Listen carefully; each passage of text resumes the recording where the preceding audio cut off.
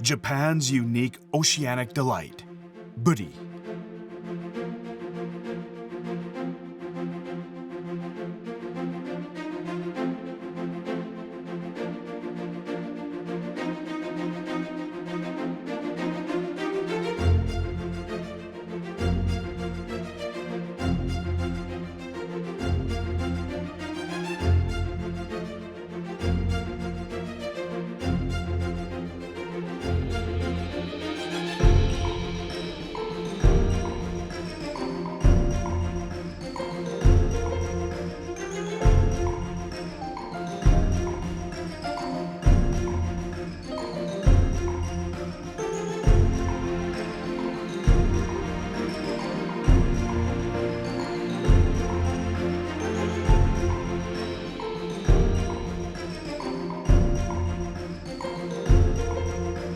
You know, this fish is wild caught and then killed ikejime style, so it's absolutely perfect. It couldn't be any better.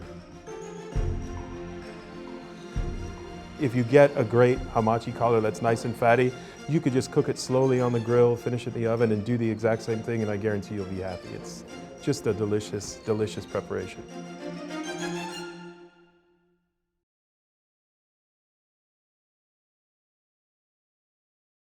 Hi, my name is Michael Cimaresti. We're here at Providence Restaurant in Los Angeles, California, and we're here today to talk about one of my favorite fish, which is wild Japanese hamachi. So today we're going to do a dish using this Japanese hamachi with Celtuce and Shiso. Before I take the skin off, I'm going to separate it into a couple of different pieces. First, I'm going to take off this belly portion right here, which is really, for many people, the most prized part of the fish. It's got the highest fat content of this fish. It's very, very favored. But then the rest of this fish is also amazing. And so the first thing I'm gonna do is remove the skin from it.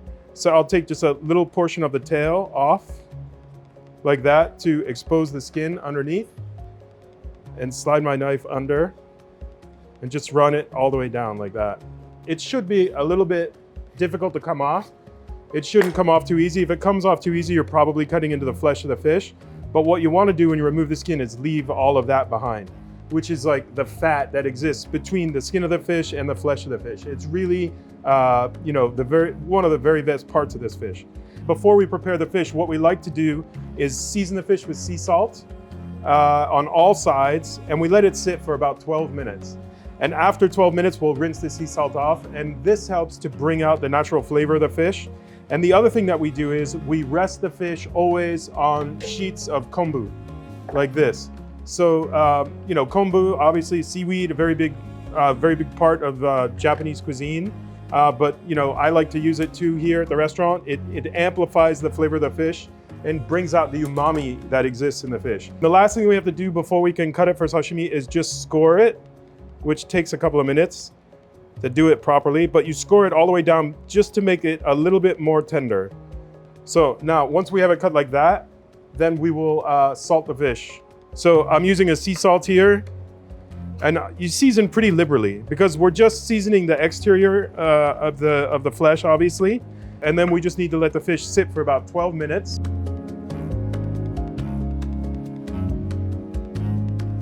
So the next thing we're going to do in order to prepare the sashimi is slice of fish, and we're going to lay it out one more time on sheets of kombu just until we're ready to put it on the plate.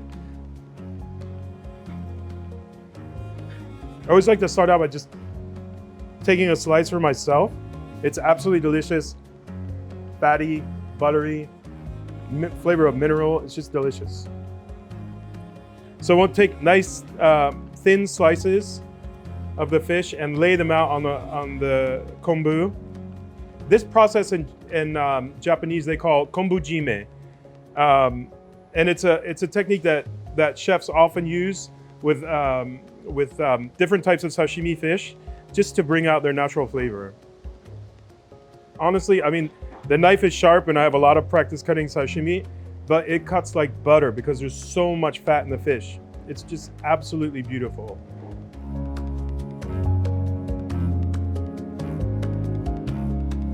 Okay, so the next step in the process in making this dish is to season the fish to get it ready for the plate.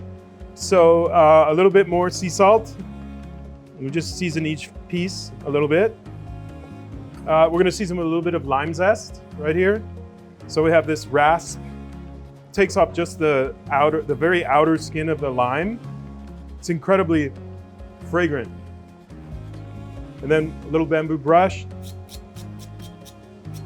Just lime zest now all over the fish. I'm gonna season with just a little bit of Australian finger lime as well. These little cells of lime, and they bring little bursts of flavor. They pop in your mouth like caviar.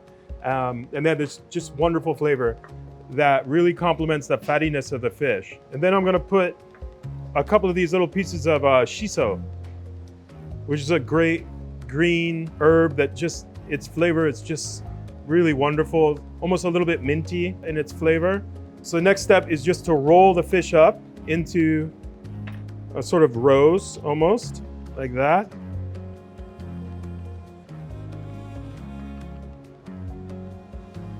And now we're gonna make the dressing for the dish. So this is Wasabi Crème Fraiche. It's very simple, crème fraîche, something you can buy anywhere. You could also substitute with sour cream if you like. And then fresh grated wasabi. If not, I suppose you could use powdered wasabi. We always use fresh, just because it has such a superior flavor.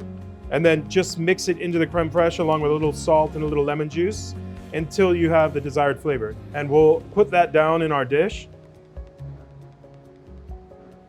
Just like that.